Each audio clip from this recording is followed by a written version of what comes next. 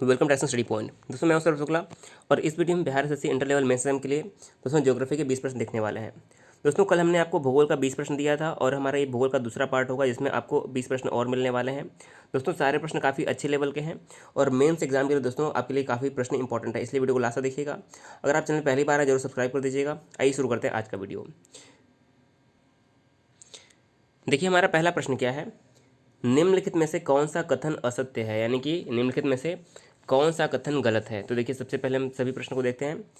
पहला ऑप्शन है कि खासी और मिज़ो पहाड़ियाँ पटकाई श्रेणी का हिस्सा है। तो देखिए बिल्कुल सही है, जो खासी और मिज़ो पहाड़ियाँ या पटकाई श्रेणी का हिस्सा है, तो हमारा ऑप्शन नंबर जो ए है करेक्ट हो जाएगा। दूसरा दिया है कि फांग पुई मिज़ो हिल का सबसे ऊंचा स्थान है। दोस्तों ये भी बिल्कुल सही है, हमें गलत कथन पहचानना है। और तीसरा कथन है खासी पहाड़ियों को स्थानीय भाषा में लुसाई पहाड़ियाँ कहा जाता है। देखिए तीसरा ऑप्शन जो है गलत हो जाएगा, तो हमारा ऑप्शन नंबर सी इस प्रश्न का सही उत्तर हो जाएगा। देखिए खासी पहाड़ियों को स्थानीय भाषा में लुसाई नहीं कहा जाता है, बल्कि जो मिज़ो पहाड़ियाँ हैं, मिज़ो पहाड़ियों को स्थानीय भाषा में लुसाई के नाम से जाना जाता है। देखिए अगर हम मिज़ो पहाड़ी की बात करें, देखिए मिज़ो पहाड़ियों को स्थानीय भाषा में लुसाई के नाम जाना जाता है। तो जो मिज़ो पहाड़ियाँ होती हैं यह मिज़ोरम और असम में स्थित हैं। कहाँ पर मिज़ो पहाड़ियाँ? मिज़ोरम और त्रिपुरा में स्थित है, माफ़ कीजिएगा, मिज़ोरम और त्रिपुरा में स्थित हैं, जिनकी समुद्र तल से ऊंचाई लगभग 2157 मीटर है। तो इस प्रश्न का ऑप्शन नंबर सी अगर आपने चुना है तो आपका जवाब करेक्ट हो जाएगा। देखिए आप सारे प्रश्नों को करिएगा और 20 में से आप कितने प्रश्न सही करते हैं हमें कमेंट करके ज़रूर बताइएगा। दूसरा प्रश्न है, निम्नलिखित में से भारत में ही उत्पन्न होने वाली सबसे लंबी नदी कौन सी है। देखिए भारत में ही उत्पन्न होने वाली सबसे लंबी नदी की बात की जा रही है। अगर ऐसे बात करें तो देखिए इन चारों में ऑप्शन में ब्रह्मपुत्र जो है सबसे लंबी नदी है, किंतु ब्रह्मपुत्र का उद्गम भारत में नहीं बल्कि तिब्बत में होता है, इसलिए इसका सही उत्तर हो जाएगा ऑप्शन नंबर बी गंगा। देखिए जो गंगा का उद्गम भारत में होता है गंगोत्री ग्लेशियर से, और यह भारत की सबसे लंबी नदी भी है, तो गंगा हमारा सही उत्तर हो जाएगा। गंगा की अगर हम बात करें, देखिए गंगा की कुल लंबाई कितनी है, 2525 किलोमीटर गंगा की कुल लंबाई है। गंगा जो है यह गंगोत्री ग्लेशियर से निकलती है और उत्तर प्रदेश में बिजनौर से प्रवेश करती है। उत्तर प्रदेश में 1000 किलोमीटर का सफ़र तय करती है गंगा। इसके बाद यह बक्सर जिले से बिहार में प्रवेश करती है और बिहार में लगभग 445 किलोमीटर का सफ़र तय करने के बाद झारखंड पश्चिम बंगाल होते हुए बांग्लादेश में प्रवेश करती है। और गंगा को बांग्लादेश में पद्मा के नाम से जाना जाता है, आपको याद रखना है, गंगा को बांग्लादेश में पद्मा के नाम से जाना जाता है। और जो हुगली है और मेघना है, ये दोनों गंगा की ही वितरिकाएँ हैं। जब गंगा बंगाल खाड़ी में प्रवेश करती है तो उस समय उसका नाम मेघना हो जाता है। जब गंगा बंगाल की खाड़ी में प्रवेश करती है तो उसका नाम मेघना हो जाता है। इसका ये नाम भी आपको याद रखना है। तो यहाँ से आपको बहुत सारे प्रश्न मिल गए। ऑप्शन नंबर जो हमारा इस प्रश्न का बी है करेक्ट आंसर हो जाएगा। तीसरा प्रश्न है, निम्नलिखित में से भारत से किस राज्य की सीमा म्यांमार से नहीं लगती है, यानी कि भारत के किस राज्य की सीमा म्यांमार से नहीं लगती है, इसका जवाब आपको देना है। सही उत्तर हो जाएगा ऑप्शन नंबर डी असम। देखिए जो असम है, असम से म्यांमार की सीमा नहीं लगती है। म्यांमार से किन किन राज्यों की सीमा स्पर्श करती है, देखिए आपको नाम याद रखना होगा। जो असम है यह भारत के साथ 1643 किलोमीटर, कितना, 1643 किलोमीटर की सीमा बनाता है भारत के साथ। और यह आंध्र प्रदेश, नागालैंड, मिजोरम और मणिपुर, देखिए 4 राज्यों का नाम याद रखना है। आंध्र प्रदेश, मणिपुर, मिजोरम और नागालैंड, इन 4 राज्यों के साथ भारत के साथ सीमा बनाता है। और यदि बात करें कि भारत और म्यांमार के बीच में सीमा रेखा कार्य कौन करता है, देखिए जो अराकान योमा जो पर्वत श्रेणी है यह भारत को म्यांमार से अलग करता है, तो इसका नाम भी आपको याद रखना है। यहाँ से इतने प्रश्न बनते थे, आपको यहाँ से इतनी चीज़ याद रखनी है। अगला प्रश्न है 24वां नंबर प्रश्न, मालवा पठार किस राज्य का हिस्सा नहीं है। तो देखिए अगर हम मालवा पठार की बात करते हैं तो मालवा जो है पश्चिमी मध्य प्रदेश, उसके अलावा जो हमारा राजस्थान का कुछ हिस्सा है और गुजरात का कुछ हिस्सा है। मालवा हमारा 3 राज्यों में आता है, राजस्थान, गुजरात और मध्य प्रदेश, किंतु महाराष्ट्र जो है मालवा का हिस्सा नहीं है। तो सही उत्तर क्या हो जाएगा, ऑप्शन नंबर सी, मालवा पठार का हिस्सा महाराष्ट्र नहीं है। मालवा पठार की अगर हम कुल बात करें तो देखिए मालवा पठार की जो कुल क्षेत्रफल है 81,767 वर्ग किलोमीटर जो है मालवा पठार का कुल क्षेत्रफल है। और यह राजस्थान, गुजरात और मध्य प्रदेश तक विस्तृत है, लेकिन महाराष्ट्र में इसका विस्तार नहीं है। तो इस प्रश्न का ऑप्शन नंबर जो सी है करेक्ट आंसर हो जाएगा। 25 नंबर प्रश्न हमारा है, निम्नलिखित में से कौन सा कथन गलत है। निम्नलिखित में से कौन सा कथन गलत है? देखिए पहला ऑप्शन है सुंदरबन डेल्टा में विश्व का सबसे बड़ा मैंग्रोव वन है, देखिए बिल्कुल सही है। भारत विश्व का सबसे बड़ा माइका उत्पादक देश है, बिल्कुल सही है। तीसरा ऑप्शन हमारा है कि ईस्टर आइलैंड एकमात्र ऐसा क्षेत्र है जो पृथ्वी पर भारत की ठीक विपरीत दिशा में स्थित है, देखिए ये भी बिल्कुल सही है। ऑप्शन नंबर डी हमारा है भारत की सबसे बड़ी खारे पानी की झील गुजरात में स्थित है, तो देखिए ये हमारा गलत हो जाएगा। जो भारत की सबसे बड़ी खारे पानी की झील है दोस्तों, ये है चिल्का झील। चिल्का झील जो है भारत की खारे पानी की सबसे बड़ी झील है और यह उड़ीसा में स्थित है। इस प्रश्न का ऑप्शन नंबर जो डी है गलत हो जाएगा। 26 नंबर प्रश्न है जलोढ़ मृदा के बारे में निम्नलिखित में से कौन सा कथन असत्य है? तो जलोढ़ मृदा के बारे में कौन सा कथन असत्य है ये बताना। देखिए पहला ऑप्शन है जलोढ़ मृदा भारत में एक बड़े भूभाग पर पाई जाती है, बिल्कुल सही है। यह मृदा काफ़ी उपजाऊ होती है, ये भी बिल्कुल सही है। इसमें नाइट्रोजन की कमी होती है और यह फास्फोरिक होती है, देखिए तीसरा ऑप्शन भी हमारा सही है। चौथा ऑप्शन है इसमें क्ले की मात्रा काफ़ी अधिक होती है और यह नमी को ज़्यादा समय तक रख सकते हैं, देखिए ऑप्शन नंबर जो हमारा डी है इस प्रश्न का जो है असत्य है, तो ऑप्शन नंबर जो हमारा डी है करेक्ट आंसर हो जाएगा इस प्रश्न का। 27 नंबर प्रश्न है निम्नलिखित में से भारत का सबसे कम ऊंचाई वाला क्षेत्र कौन सा है?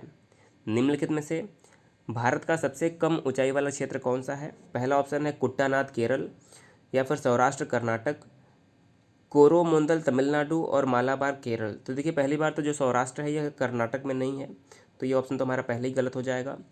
तो हमें बताना है कौन सा कम ऊंचाई वाला क्षेत्र है, तो 27वें प्रश्न का हमारा उत्तर हो जाएगा ऑप्शन नंबर ए कुट्टानाद जो कि केरल में है, यह सबसे कम ऊंचाई वाला क्षेत्र है कुट्टानाद जो कि केरल में स्थित है।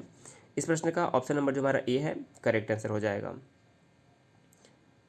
28वां प्रश्न है भारत की स्थलीय सीमा जो है कितने देशों से लगती है? भारत की स्थलीय सीमा कितने देशों से लगती है? इस प्रश्न का सही उत्तर हो जाएगा ऑप्शन नंबर बी 7। देखिए भारत की जो स्थलीय सीमा है वो 7 देशों से लगती है। ये 7 देश कौन कौन से हैं? देखिए सबसे बड़ी सीमा जो है बांग्लादेश के साथ भारत बनाता है, भारत बांग्लादेश के साथ सबसे बड़ी सीमा बनाता है। उसके बाद चीन के साथ सबसे सीमा बनाता है सबसे बड़ी, उसके बाद पाकिस्तान, उसके बाद जो हमारा नेपाल हो जाएगा।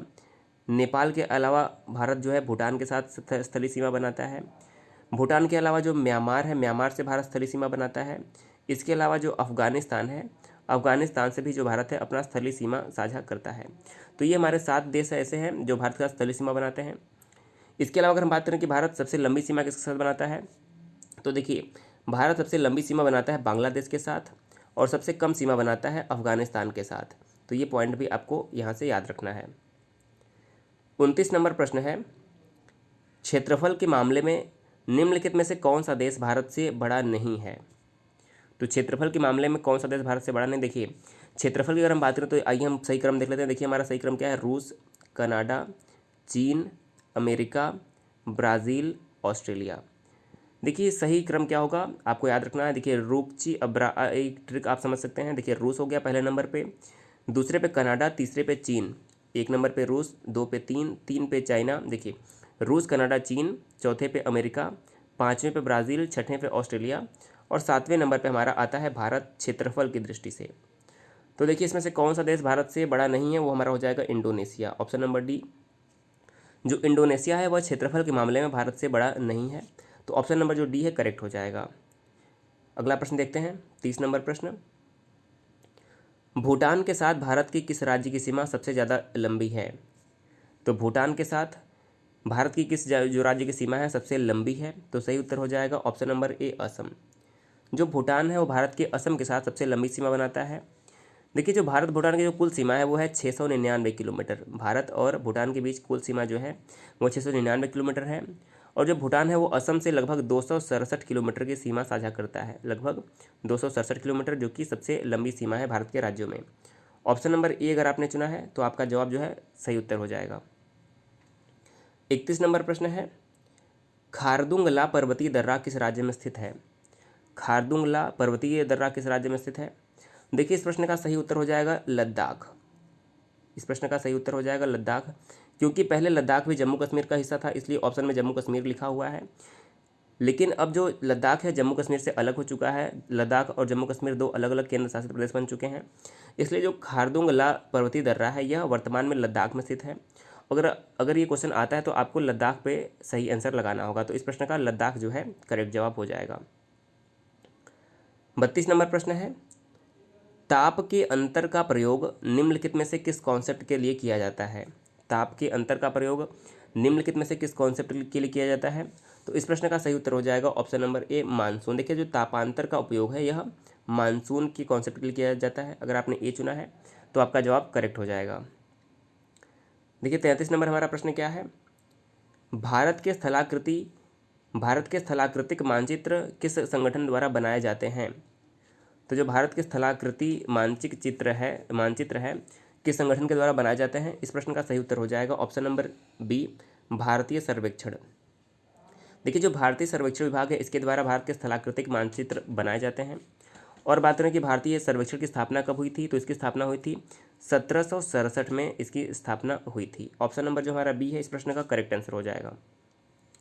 34 नंबर प्रश्न है, निम्नलिखित में से पीडामोंट पठार का उदाहरण कौन सा है? तो बताना कि निम्नलिखित में से पीडामोंट पठार का उदाहरण कौन सा है? तो सही उत्तर हो जाएगा ऑप्शन नंबर सी, मालवा का पठार। यह एक पीडामेंट पठार का जो है उदाहरण है। और बात की मालवा कौन कौन से राज्यों में विस्तृत है, देखिए यह मध्य प्रदेश, गुजरात और राजस्थान के कुछ हिस्सों में जो है यह फैला हुआ है। Option number C correct answer हो जाएगा। 35 नंबर प्रश्न है, दक्षिण से उत्तर दिशा की ओर दिए गए बंदरगाहों को अवस्थित कीजिए। तो देखिए दक्षिण से उत्तर की ओर जो बंदरगाह हैं उन्हें सही क्रम में अवस्थित करना है। तो करेक्ट आंसर हो जाएगा ऑप्शन नंबर सी। देखिए पहले दक्षिण में तिरुवनंतपुरम है, उसके ऊपर कोचीन, उसके ऊपर कालीकट और उसके ऊपर हमारा मैंगलोर आता है। ऑप्शन नंबर जो हमारा सी है इस प्रश्न का करेक्ट आंसर हो जाएगा। देखिए अगर हम अपने पूर्वी तट की बात करते हैं, देखिए यहाँ से आपको 3 पॉइंट याद रखने। जो हमारा पूर्वी तट है, तो पूर्वी तट में जो हमारा गुजरात से लेकर गोवा तक का क्षेत्र है, गुजरात से गोवा तक का जो तट है उसे हम कोंकण तट के नाम से जानते हैं। देखिए पॉइंट इंपॉर्टेंट है, गुजरात से गोवा तक के क्षेत्र को कोंकण तट कहते हैं। गोवा से लेकर कर्नाटक के मंगलुरु तक का जो क्षेत्र है उसे केनरा तट के नाम से जाना जाता है, उसे केनरा तट कहा जाता है। और मंगलुरु से लेकर जो हमारा कन्याकुमारी तक का जो तट है उसे मालाबार तट के नाम से जाना जाता है। देखिए इतने पॉइंट आपको याद रखने हैं। तो मंगलुरु से लेकर कन्याकुमारी तक मालाबार को आपको याद कर रखना है। देखिए गुजरात से गोवा तक जो हमारा हो जाएगा कोंकण तट, गोवा से कर्नाटक के मंगलुरु तक केनरा तट, और कर्नाटक के मंगलुरु से लेकर कन्याकुमारी तक जो है मालाबार तट के नाम से जाना जाता है। तो ये आपको तट को नाम याद रखना है। इस प्रश्न का ऑप्शन नंबर जो सी है करेक्ट आंसर हो जाएगा। 36 नंबर हमारा प्रश्न है, निम्नलिखित में से किस मठ को गलदे नामज्ञे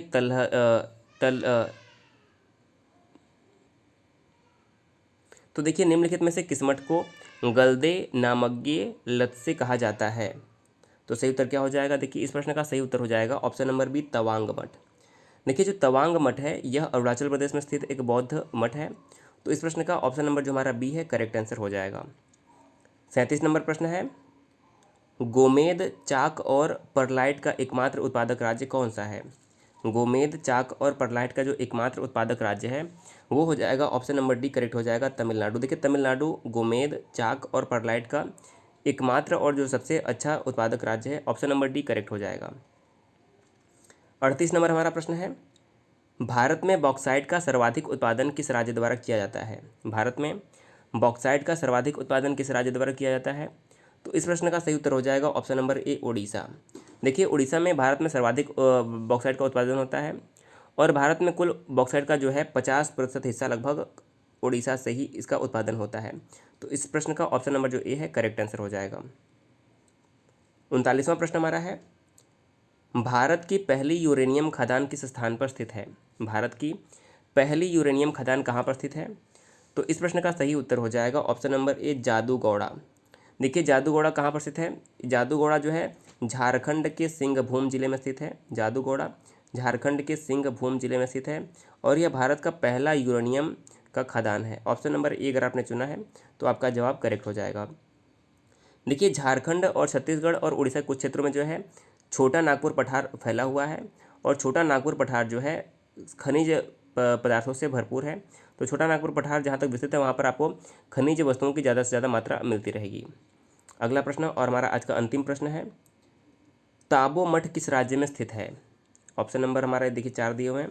ताबो मठ किस राज्य में स्थित है?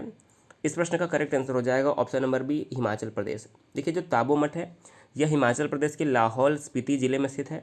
ऑप्शन नंबर जो हमारा इस प्रश्न का बी है करेक्ट हो जाएगा। तो देखिए इस वीडियो में आपको भूगोल के 20 प्रश्न और मिले, इस प्रकार आपके 40 प्रश्न हो गए। देखिए सारे प्रश्न इंपॉर्टेंट थे। दोस्तों वीडियो पसंद आया तो शेयर जरूर कर दीजिएगा। अगर आप चैनल पहली बार है सब्सक्राइब कर दीजिएगा। वीडियो देखने के लिए बहुत बहुत धन्यवाद।